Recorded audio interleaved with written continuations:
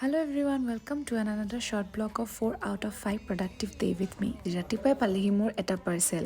Last short blogটোত কৈছিলোঁ মই এটা এনাউন্সমেণ্টৰ কথা। সেইটো হৈছে মই মাক ষ্টাৰ্ট কৰি দিয়া মাৰ অনলাইন আচাৰৰ স্মল বিজনেছটো। আগৰ ভিডিঅ'বোৰত মই অলৰেডি মেনশ্যন কৰিছোঁ যে মায়ে বনাই বিৰাটেই ভাল পায়। আগৰ পৰাই মাক আমি জোৰ কৰোঁ যে বনোৱা টেলেণ্টটো এনেকৈ সকলোৰে আগতে উলিয়াই আনিবলৈ।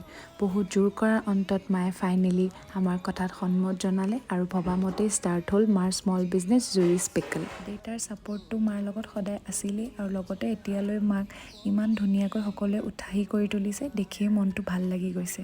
সৰুকৈ মাৰ কাৰণে প্ৰথমতে এটা লোগো বনাই কৰি আনিলোগৈ সৰু সৰু প্ৰিণ্টিং আৰু এনেদৰে সৰু বটলবিলাকত ভৰাই দিলোঁ মায়ে অতি সহজকৈ বনাই থোৱা বিহ জলকীয়া আৰু সৰিয়হৰ আচাৰ। বটলবিলাকত লেবেলিং কৰাৰ পাছত মাৰ কাৰণে খুলি ল'লোঁ এটা Facebook and Insta business page আৰু হোৱাটছএপ বিজনেছ একাউণ্ট। বাকীখিনি জনাই আছোঁ মোৰ নেক্সট মিনি ব্লগত।